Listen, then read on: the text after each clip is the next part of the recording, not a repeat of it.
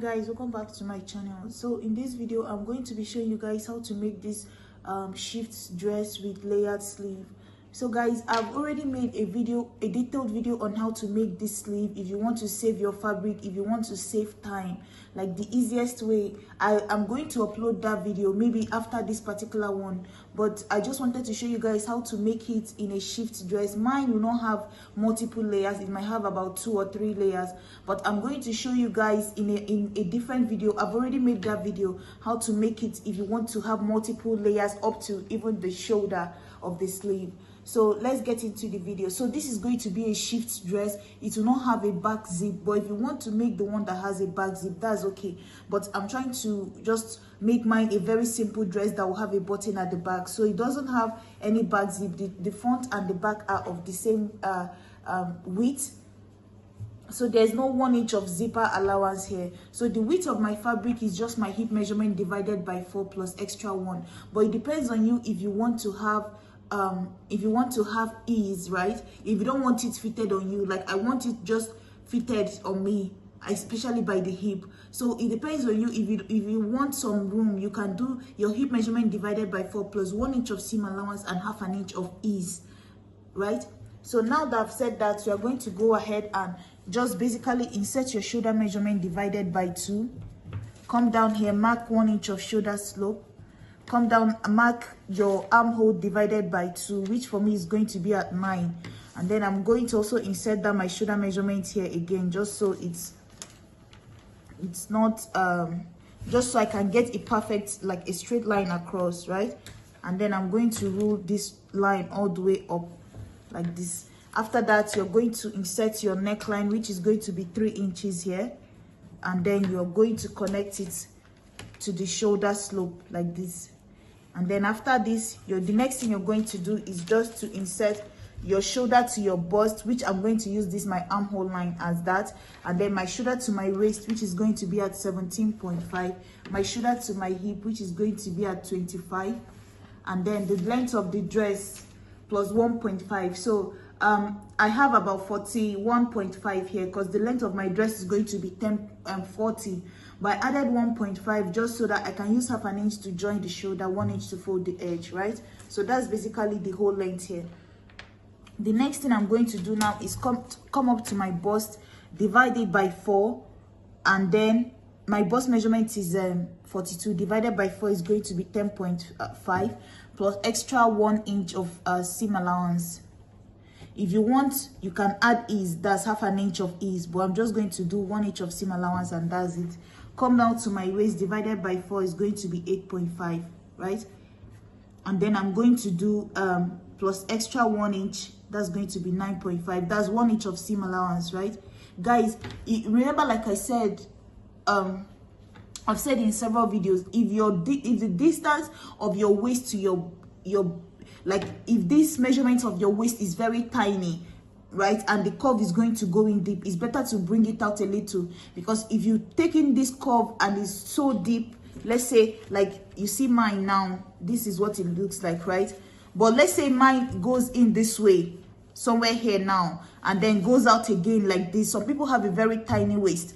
It's not going to, when you go to sew it, in my angle, and it might not come out nice. So it might be better to just add extra 1 inch to your waist. Instead, go to the back and add a dart, right? Just add a small dart to the back. It will help pull in the waist than trying to get exactly your waist measurement on this fabric, on the waist directly. It's going to pull it in too much and it might not come out nice. So now you're going to go down to your hip and then divide it by 4 and add 1 inch of seam allowance, which is basically the width of this clothes. I'm going to take this out the same way, and then with that, the same measurement I have here is going to just go down here. So this is just, so right now I'm not going to try to make it pencil, I'm just going to make it a straight dress. So now I'm just going to cut this out, and then I'm going to give it like an armhole curve this way. But for the back, remember, you always come in ½ inch in here, right, and then blend it out. So I'm going to first cut out my back armhole, shoulder, everything. When I separate it, then I'll chip off this part here, cut off like the neckline. So 1 inch of back neckline, but for my front neckline, I'm going to have, let's say, about 4.5 somewhere here. So guys, now let me go ahead and cut this out. So cut the back neckline, which is 1 inch of depth. I'm going to cut everything that is the same for the back before I now separate it and cut the things that are separately for just the front. So guys, this is what I have. You see, I've cut off the front armhole after I cut the back, cut the front neckline. For the back, another thing I'm going to do is just to cut it down a little, like 5 inches, separate it down here so that I can open it up, use this facing to turn it over, right? Just cut a straight line all the way, split it open, basically just split it open down to, like, let's say 5 inches. I'm going to use this cloth to turn it over so that I can put in button there. So now with that said, the next thing I have to do is to cut my sleeve. So guys, like I said, this sleeve is basically the most important part of this whole video, because that's the reason I just wanted to show you guys. I made the video on the sleeve, but I wanted to show you guys what it looks like with the dress, right? But I already made a better tutorial on this, everything you need to know about this sleeve. So now the first thing I'm going to do is just to cut a basic sleeve. So come down here 4 inches for my cap height, and then I'm going to rule a straight line across, and make sure that what you have here is basically your armhole divided by 2 plus like 1 inch or so. And then I'm going to connect from this point here up to this point. Find halfway through there. Just mark your normal basic sleeve, right? So halfway through for me is about 5.5. Mark it here. Curve above, curve below, come down here. Guys, my sleeve is not going to be full length. It's going to be like a 3/4 sleeve. So I measured down to somewhere here, and that's 14 inches for me. So that's the length supposed to be, like 14. I added about 1 inch so that you can use half an inch for the top and half an inch for the bottom. So after that, you're going to measure around wherever the end of this sleeve is supposed to be. Divide it by 2, add 1 inch to that, and then you're going to mark it here, connect it to this point, right? Just like your basic sleeve. And then I'm going to just cut this out now. So guys, you see what I've done here? After marking my sleeve, I cut it out.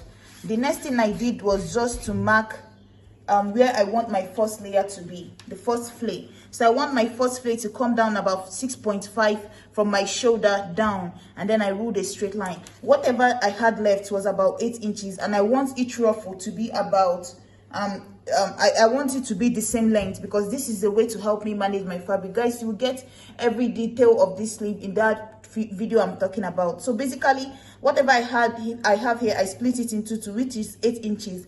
Split it into 2, mark a straight line in between here. So now I have my sleeve, right? You see there's a first line here, there's a second line here. So all my ruffle are going to be placed on this first line and this second line. So basically what I have to do now is, you can go ahead, measure this straight line, right? 21 is what you have. Go ahead, fold your fabric into 2, right? And cut a circle. Divide it by, you can cut half a circle or full circle, depending on you. You can do full circle, remember, is when you fold your fabric into 4 and then you divide by 6.28. Half a circle is when you fold your fabric into 2 and divide whatever the circle, whatever the measurement that you had is divided by 3.14, right? So that's basically it. But the method I like to use is where I go and measure this whole thing, like measure everything once and for all, right?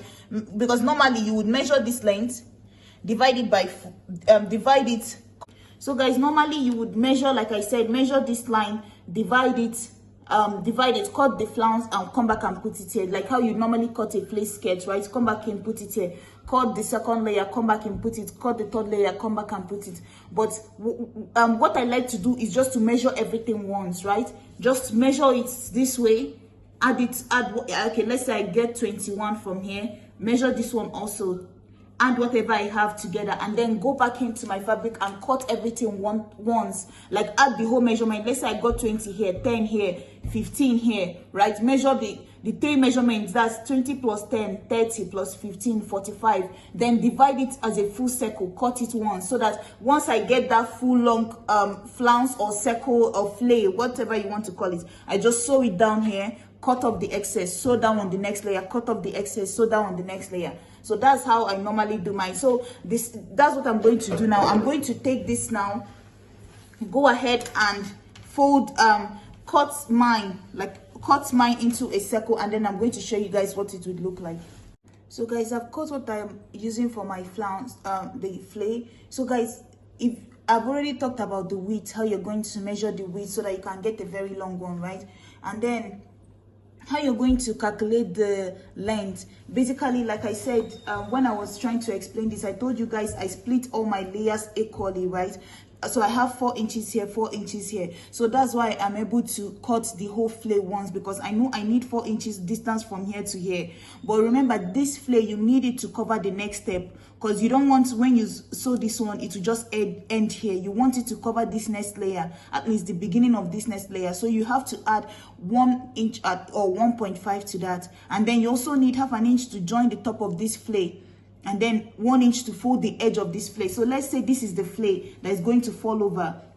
You need half an inch to sew it down here. You also need 1 inch to fold this edge here, right? So that's 1.5. So I have 4 inches length from here to here already. Then plus my 1.5 that I need to use as half an inch of this top part and 1 inch of folding the edge, which is 1.5. Then I need extra 1 inch or 1.5 to be the length that will be added, so that this flake can be able to cover after this 4 inches. So I need more room, more length to cover the beginning of this flake, so that when the wind blows, even if it blows up, you won't see where this joins, right? So that will be, let's say it depends on you, 1 inch or 1.5 depending on what you use. So that's total of 3 inches here plus 4. So that means the flake I need is 7 inches of length. That's how it's just like how you calculate a tiered dress. So guys, you see how I manage my fabric here. So the first thing I did, let's say I got 30 inches as the total of all the lengths I measured. I divided it by 3.14 because I'm cutting this into half a circle, not full circle. Like I said, if it's full circle now, I would have done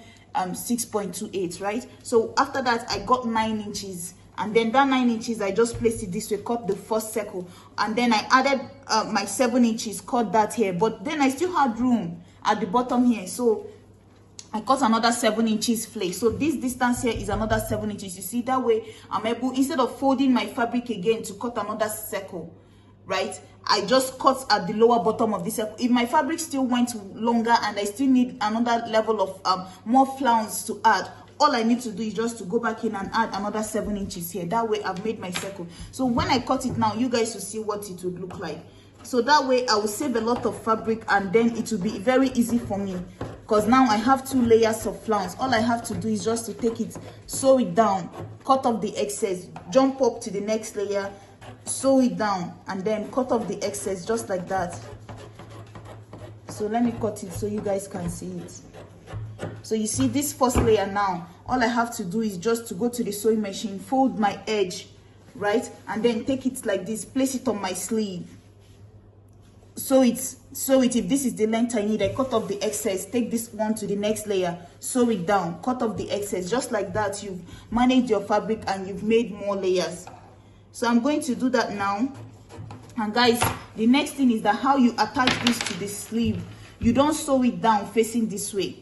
Guys, don't sew it facing this way. Instead, sew it facing this way, so that when you sew it facing this way, it will now fall over like this. If you sew it facing this way, this edge will be showing, right? It will look rough. So try to sew it down the other side, the wrong side, this way, so that it will help hide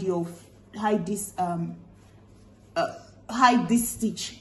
So that's basically it. I'm going to do mine now, couple my outfit together, and then I'll show you guys what it looks like.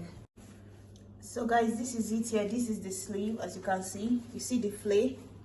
So that's basically what this dress looks like here. See the body, and then you see the curve is not too much, because like I said, except your waist and the hip, the difference is too much. Then you can always add a little bit more. So see the back, and so yeah, I still have to iron this out. Guys, you see what I did here? This is a button, and then the loop is made with a fabric. Just turn it around, and then that's the opening for that.